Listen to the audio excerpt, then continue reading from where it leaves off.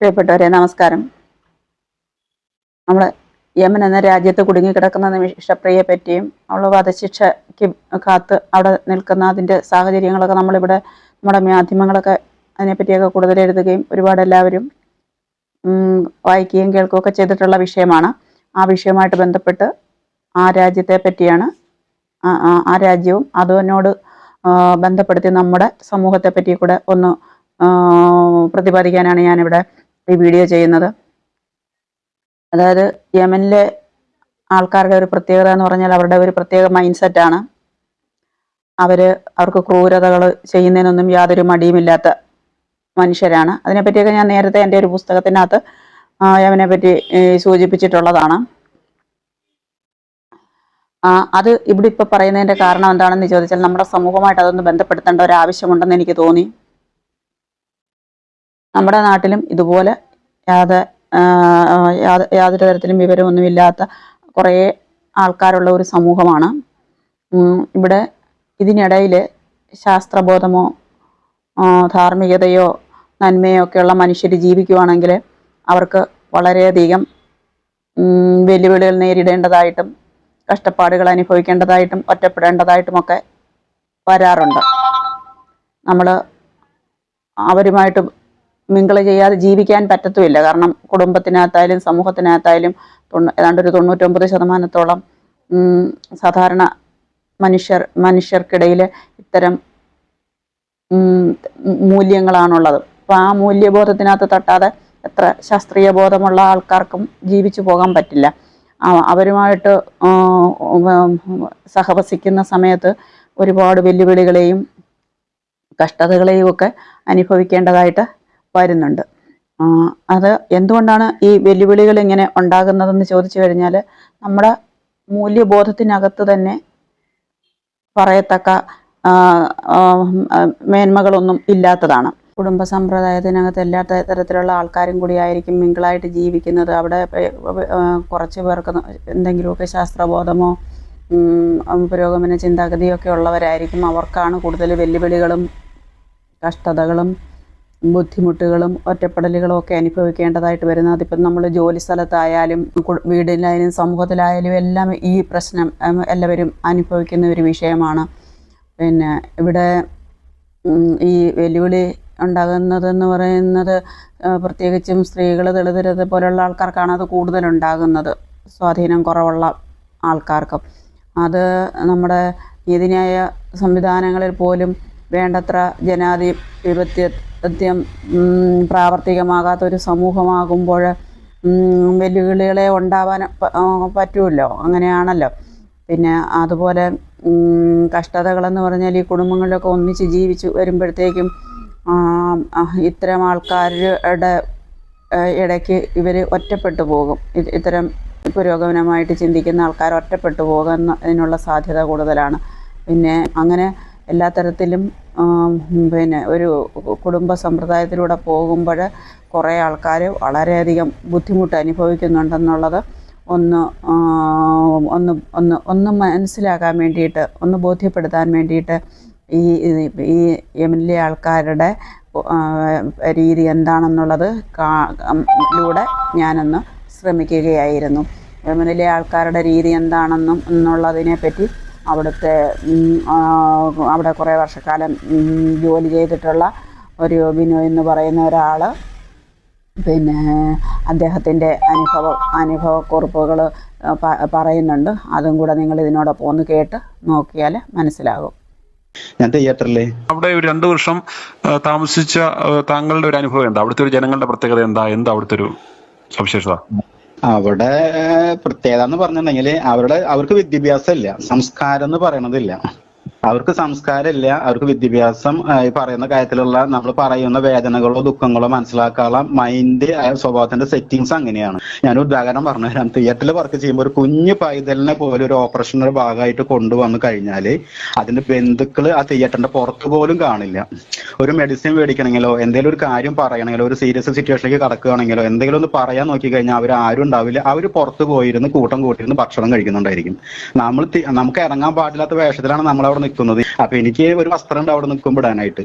ഈ വസ്ത്രം ഇട്ടിട്ട് പുറത്തേക്ക് ഇറങ്ങാൻ പാടില്ല. മാസ്ക്, ചെരുപ്പ് അടക്കം, ചെരുപ്പിന്റെ മുകളിൽ കവർ ഇതൊക്കെ ഇട്ടിട്ടാണ് നമ്മൾ തിയേറ്ററിൽ നിൽക്കുന്നുണ്ടാവുക. പക്ഷെ ആ ഷൂവിന്റെ മുകളിൽ ഇടുന്ന എക്സ്ട്രാ ഷൂ കവർ ഊരിയിട്ടിട്ട് എന്താ പറയാ, പെട്ടെന്ന് ചെയ്യാൻ പറ്റുന്ന രീതിയിൽ പുറത്തേക്ക് ഓടി പോയിട്ട് ഇവരുടെ വിവരം പറയണമെങ്കിൽ പോലും ഇവര് ആ ഹോസ്പിറ്റലിന്റെ അരികിലുള്ള അല്ലെങ്കിൽ മേടിച്ചു കൊണ്ടുവന്ന് ഒരുമിച്ച് ഇരുന്ന് ഭക്ഷണം കഴിച്ച് ആർമാദിക്കുണ്ടാവും. അതായത് ആ കുട്ടിയേനെയോ അല്ലെങ്കിൽ വന്ന അവരുടെ ബന്ധുവായിട്ടുള്ള സ്ത്രീയോ പുരുഷനോ ആരായിക്കോട്ടെ, അവർക്കത് ചത്താൽ അള്ളാൻ കൊണ്ടുപോയി, അള്ളാൻ തന്നു കൊണ്ടുപോയി. അതായത് ഒരു വിട്ടുവീഴ്ച അങ്ങനത്തെ കാര്യങ്ങളില്ല. തെറ്റ് ചെയ്താൽ, എന്തെങ്കിലും ചെറിയ തെറ്റുണ്ടായാല് അതിനുള്ള ശിക്ഷ അനുഭവിച്ചേ മതിയാവുന്ന അവർ ചിന്ത.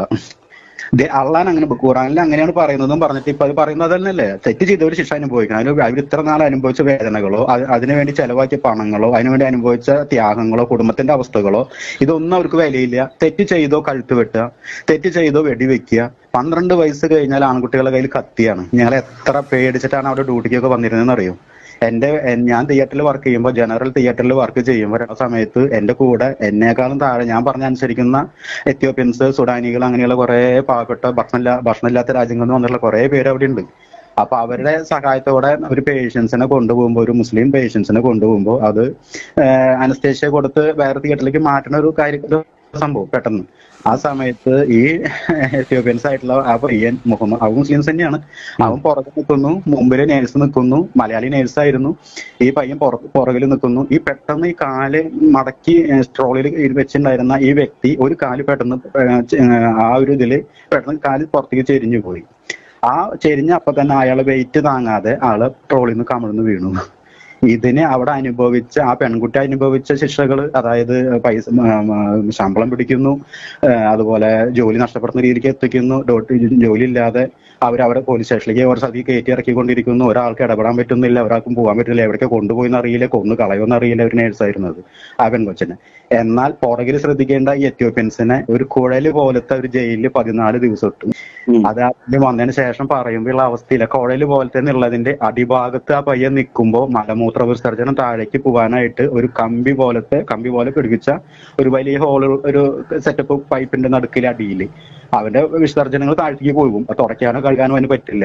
വായയുടെ സ്ഥലത്ത് ഒരു ഹോള്, ആ വായയ്ക്ക് ഭക്ഷണം വെച്ചു കൊടുക്കുക, വായ അടുത്തേക്ക് കൊണ്ടുവരുമ്പോ വെള്ളം ഒഴിച്ചു കൊടുക്കുക.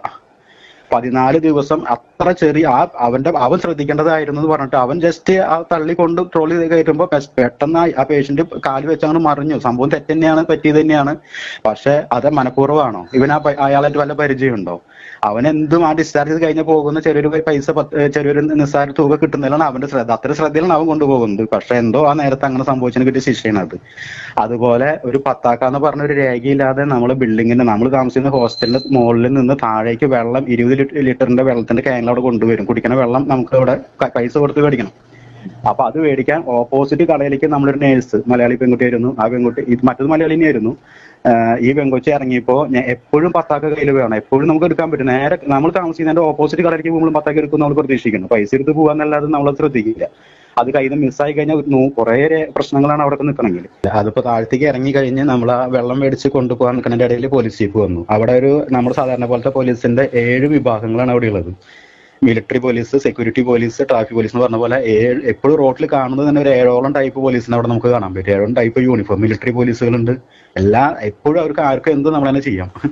ആ അവസ്ഥയിൽ ഈ പെൺകൊച്ചങ്ങോട് കടന്ന് വെള്ളം എടുക്കണ നേരത്തെ പെട്ടെന്ന് ജീപ്പ് കൊണ്ടുവരുന്നു. ആ പെൺകൊച്ചോട് ചോദിക്കുന്നു, പത്താക്ക എവിടെയും ചോദിക്കുന്നു. ആ പെൺകൊച്ച് പറഞ്ഞു, ഞാൻ എന്റെ ഹോസ്റ്റലിൽ ഈ റൂമാണ്, ഈ കാണുന്ന റൂമാണ്, ഞാൻ മുകളിൽ പോയിട്ട് എടുക്കാം, ഈ കടക്കാർക്ക് എന്നെ അറിയാം, ഞാൻ പോയിട്ട് എടുക്കാന്ന് പറഞ്ഞു. സമ്മതിച്ചില്ല. വെള്ളം പൈസക്ക് അവിടെ കൊടുത്തു. ആ പെൺകൊച്ചിനെ കൈ പിടിച്ച് സ്ത്രീകൾ വേണമെന്ന് യാതൊരു നിർബന്ധമില്ല, പിടിച്ച് ജീപ്പിൽ കയറ്റി ഇത് കൊണ്ടുപോയി ഒരു സ്റ്റേഷനിൽ കൊണ്ടുപോയി. അങ്ങനെ അവിടെ കൊണ്ടുപോയി സ്റ്റേഷനിൽ ഇട്ടു. ഒരാൾക്ക് വിളിക്കാനോ കുട്ടിയുടെ മൊബൈൽ മേടിച്ച് ഒരു പോക്കറ്റിൽ വെച്ചു. അന്നത്തെ കാലത്ത് മൊബൈൽ ഉണ്ടായിരുന്നത് നമുക്ക് പണ്ടത്തെ ഈ നായനെ പോലും എറിഞ്ഞാൽ പോലും പൊട്ടാത്ത സൈസുള്ള ചെറിയ നോക്കിയൊരു മൊബൈലാണ് എല്ലാവരും ഉണ്ടായിരിക്കുക. അങ്ങനെ അതവർ മേടിച്ച് കൈ പിടിച്ചു. ഈ പെൺകൊച്ചിന്റെ ഒരാളെ വിളിക്കാൻ അറിയുന്നില്ല. ഈ ഹോസ്റ്റലിലുള്ള കൂട്ടുകാരികൾ ഡ്യൂട്ടിക്ക് പോയിരിക്കുന്നു. പകല് നേരത്തെ ആരും ഉണ്ടാവില്ല. അപ്പൊ ഇതിന് അന്നൊരു ദിവസം ഓഫായിരിക്കും. അതുകൊണ്ടാവും അങ്ങനെ സംഭവിച്ചിട്ടുണ്ടായിരിക്കുക. അപ്പൊ അങ്ങനെ അതിനെ ഹോസ്പിറ്റലിലേക്ക് വിളിച്ച് പറയാനോ കൂട്ടുകാരനെ അറിയിക്കാനോ ഒരു മാർഗ്ഗമില്ല, ഒന്നുമില്ല. രാത്രി വരെ അവരവിടെ നിർത്തി. രാത്രി സംഭവിക്കുന്ന കാര്യമാണ് രസകരമായ സംഭവം. ഇവരാരെയും ബന്ധപ്പെടാനോ കാര്യങ്ങൾ ചാൻസ് കൊടുക്കാതെ ഇവർ നിർത്തുന്നത് ആ പെൺകൊച്ചിനവർക്ക് ഉപയോഗിക്കാനായിട്ടാണ്. അങ്ങനെ അന്ന് രാത്രി ഈ കൊച്ചിനെ തന്നെ ജയിലിലിട്ടു. തൊട്ടപ്പുറത്തുള്ള ആൺകുട്ടികളുടെ ജയിലിൽ എത്യോപ്യൻസ്, സുഡാനികള്, യമനികള്, അവർ കുറെ ആൺപിള്ളേർ കിടക്കുന്നു. ഈ പെൺകൊച്ച് മാത്രം. എന്നാൽ സ്റ്റേഷനിൽ ഒരു സ്ത്രീയായിട്ട് വേറെ ആരുമില്ല. ആ സ്റ്റേഷനിൽ അങ്ങനെ കിടന്ന് ആ പെൺകൊച്ച് രാത്രിയായി കഴിഞ്ഞപ്പോൾ എല്ലാവരും ഉറങ്ങുന്ന ഒരു സമയമായപ്പോൾ ഈ പോലീസിലത്തെ ഒരാള് 1-2 പേര് കൂടിയിട്ട് പെൺകൊച്ചിനെ നശിപ്പിക്കാനുള്ള സെറ്റപ്പിൽ വന്നു. ഇവളപ്പോൾ അത് സമ്മതിക്കാതെ അലറി വിളിച്ച് കരയാൻ തുടങ്ങിയപ്പോൾ ജയിലിൽ കിടക്കുന്ന മറ്റുള്ള എത്യോപ്യൻസിന്റെ ആൺകുട്ടികൾ അങ്ങനെ അവിടെയുള്ള തടവുകളിലുള്ള അവരത് ശ്രദ്ധിച്ചു. അപ്പൊ ഈ പോലീസുകാർ മാറി നിന്നു. പിന്നെ ഇവളെ എങ്ങനെയും ഒന്ന് കീഴ്പ്പെടുത്താൻ വേണ്ടിയിട്ട് അവർ നോക്കി നിന്ന് പലവട്ടം ഒരു ശ്രമം നടത്തി. ഇവരെ ഉറങ്ങണം സമയം നോക്കിയിട്ടൊക്കെ നോക്കി ശ്രദ്ധിച്ചു, പക്ഷെ പറ്റിയില്ല. അങ്ങനെ ഒരു സിറ്റുവേഷനിൽ ഇവൾ എന്ത് ചെയ്തു വെച്ചിട്ടുണ്ടെങ്കിൽ ഇവർ അങ്ങോട്ട് കടന്ന് ഇങ്ങോട്ട് കടന്ന് സമയം നോക്കി നിൽക്കുകയാണ്, ലോക്ക് ചെയ്തിട്ടുണ്ടായിരുന്നില്ല. അങ്ങനെയാണെങ്കിൽ ഇവൾ എന്ത് ചെയ്യാന്ന് വെച്ചിട്ടുണ്ടെങ്കിൽ ഇവള് ഇറങ്ങി ഓടുമ്പോൾ വെടിവെച്ച് കഴിഞ്ഞാൽ പിന്നെ അവർക്ക് എന്താ ചെയ്യണമെന്ന് എന്ത് കളി നമുക്ക് നമ്മുടെ ശരീരത്തിൽ ചെയ്യാൻ പറ്റും. അതുകൊണ്ട് ഇവര് ഓടാൻ വേണ്ടിയിട്ട് പതുക്കെ ഡോറ് ലോക്ക് ചെയ്യുന്ന പോലെ കാണിച്ച് എന്ന് തുറന്ന് പതുക്കെ ലോക്ക് ചെയ്ത് ഇട്ടിട്ട് ഡോറ് ചാരി ഇട്ടിട്ട് അവര് സൈഡിലേക്ക് മാറിപ്പോയി. ഇവളെ ഇറങ്ങി ഓടണം വിചാരിച്ചിട്ട് ഇറങ്ങി ഓടിയാൽ അതിന് ശിക്ഷകൾ ഒരുപാട് വരും. അപ്പോൾ അവർക്ക് എന്തും ചെയ്യാം. അതാണ് അതിന്റെ പോയിന്റ് ആയിരുന്നത്. അങ്ങനെ ഒരു ദൈവികമായൊരു ഇടപെടലില് ഈ പെൺകൊച്ചി ഒരു 3:30 നേരത്ത് എഴുന്നേറ്റ് ഓടി. ഇവര് 2 തവണ വെടിവെച്ചു. മലയാളി പെൺകുട്ടി തന്നെ കേട്ടോ അത്. 2 തവണ വെടിവെച്ചു. കുട്ടിയുടെ കാലിലേക്ക് വെടിവെച്ചത്. പക്ഷെ ആ കുട്ടി അതിന്റെ ഒരു ഇരുട്ടിന്റെ ഒരു ഇതില് അവിടുത്തെ അവസ്ഥകളൊക്കെ അങ്ങനെയാണ്. വളരെ ഒരു പ്രത്യേക ഒരു ഗ്രാമം കാര്യങ്ങളൊക്കെ സംഭവങ്ങളൊക്കെ നിൽക്കുന്നത്. നമ്മൾ യമൻ എന്ന് പറഞ്ഞു കഴിഞ്ഞാൽ ഇവിടുത്തെ നമ്മുടെ കേരളത്തിലെ അട്ടപ്പാടി പോലും ഉണ്ടാവില്ല ഇങ്ങനത്തെ ഒരു സ്ഥലങ്ങൾ. അങ്ങനത്തെ ഒരു വൃത്തികെട്ട സ്ഥലങ്ങളും അതുപോലത്തെ ഏരിയകളാണ് അവിടെയൊക്കെ. മണലിന്റെ ഏരിയകളാണ് കൂടുതലും. കടകളോ ഷോപ്പുകളോ മറ്റുള്ള സ്ഥാപനങ്ങളോ ഒക്കെ വളരെ ചുരുക്കം. അതുണ്ടെങ്കിൽ ഒരു എല്ലാം കൂടി ഒരു സ്ഥലത്ത് കൂടി നിൽക്കുന്നുണ്ടാവും. പിന്നെ കുറെ സ്ഥലങ്ങൾ വിജനമായ സ്ഥലമാണ്. അങ്ങനെയാണ് അവിടുത്തെ അവസ്ഥകൾ. ഭയങ്കര ഭീകരമായൊരു സംഭവം. പിന്നെ നമ്മുടെ മനസ്സിലുള്ള ഭയം വേറെ, ഈ രാജ്യത്തിന്റെ പ്രത്യേകതകൾ. അങ്ങനെ ഓടി ആ കുട്ടി ഒരു വേസ്റ്റ് കുഴിയിലേക്ക് എടുത്ത് ചാടി. ആ പെൺകൊച്ച് അത് എടുത്തുകൂടി 2ാമത്തെ വെടിവെച്ചു. അത് എന്റെ മേത്ത് കൊണ്ടില്ല. എന്നിട്ട് ആ വേസ്റ്റ് കുഴിയിൽ വീണ പെൺകൊച്ച് അതിന്റെ ഉള്ളിൽ ഇരുന്ന് നേരം വെളുപ്പിച്ചു. ഇവര് പല സ്ഥലത്ത് നോക്കി, അവരുടെ ടോർച്ചൊക്കെ അടിച്ച് പലയിടത്ത് നോക്കി കണ്ടില്ല. അതാ കൊച്ചി ഇരുന്ന് വേളറി വെളുത്ത് അത് അവിടെ ഇരുന്നിട്ട് ആ വേസ്റ്റ് കുഴിയോട് ചേർന്ന് നിൽക്കുന്ന മതിലിനോട് ചേർന്നിട്ട് ഈ കൊച്ചി ശരീരമൊക്കെ മുറിഞ്ഞിട്ടുണ്ട്. എന്നിട്ട് എടുത്ത് ചാടി അപ്പുറത്തെ മതിലിന്റെ അപ്പുറത്തേക്ക് എടുത്തി. അതൊരു വീട്, ഏതെങ്കിലും ഒരു വീടാവോന്ന് വിചാരിച്ചിട്ട് എടുത്ത് ചാടി. അത് ഞങ്ങൾ വർക്ക് ചെയ്യുന്ന അൽത്തോറ മോഡേൺ ജനറൽ ഹോസ്പിറ്റൽ എന്ന് പറയുന്ന ആ ഹോസ്പിറ്റലത്തെ വേറൊരു യമനി ആയിട്ടുള്ള പെൺകൊച്ചിന്റെ ഒരു സ്റ്റാഫായിട്ടുള്ള പെൺകുട്ടിയുടെ വീടായിരുന്നു അത്. ആ കുട്ടിക്ക് ഇതിനെ പരിചയമുണ്ട്. അങ്ങനെ പെൺകൊച്ച് കാര്യങ്ങളൊക്കെ പറഞ്ഞു കഴിഞ്ഞപ്പോൾ പള്ളിയിലേക്ക് വിളിച്ചു പറയാണ്. ഞങ്ങൾ അവിടെ കൂടുന്ന ഒരു പള്ളിയിൽ, യമനിലെ പള്ളിയിലേക്ക് വിളിച്ചു പറഞ്ഞു. അവിടുത്തെ ഫാദറിന്റെ നമ്പറൊക്കെ കൊടുത്തു. അദ്ദേഹം തൃശ്ശൂർ മണ്ണുത്തിയിലുള്ള ഒരു ജോർജ് എന്ന് പറഞ്ഞൊരു അച്ഛനായിരുന്നു. അദ്ദേഹത്തിന് വിളിച്ചു പറഞ്ഞ് അദ്ദേഹം വേഗം കാലത്ത് തന്നെ പുലർച്ചെ ഒരു 4-5 മണി നേരമൊക്കെ ആയിരിക്കും. ആ നേരത്തൊക്കെ വന്ന് ആ കൊച്ചിനെ കൊണ്ടുപോയപ്പോൾ ശരീരം മുഴുവൻ മുറിപ്പാട്, ദേഹത്ത് മുഴുവൻ അഴുക്ക്, അത്ര വലിയ മാലിന്യങ്ങളായിട്ടുള്ള അവിടുന്ന് വൃത്തിയാക്കി അതിനെ കൊണ്ടുപോകുന്നു. അങ്ങനെ ജീവൻ രക്ഷപ്പെടുത്തുന്നു. ഇത് അച്ഛൻ ചെറിയ സൂചനകൾ ഹോസ്പിറ്റലിൽ കൊടുത്തു. ഇങ്ങനെയൊക്കെ സംഭവം ഉണ്ടായി. ഈ പത്താക്കാരെ പേര് പറഞ്ഞപ്പോൾ അവരതൊന്നും മൈൻഡ് ചെയ്തില്ല. ആ കൊച്ചിന് പണിക്ക് വരാനോ ജോലിക്ക് വരാൻ താല്പര്യമില്ലാതെ നാട്ടിലേക്ക് കയറി പോകുന്നു. ഭയന്ന് വിളറി അതിന്റെ സ്വഭാവത്തിലേ മാറ്റം വന്നു. സംസാരിക്കുന്നതൊക്കെ വ്യത്യാസം വളരെ അതാണ് ഞാൻ പറയേണ്ട ഉദ്ദേശം. ഇതാണ്, ഒരു വിട്ടുവീഴ്ച അവിടെ ഇല്ല.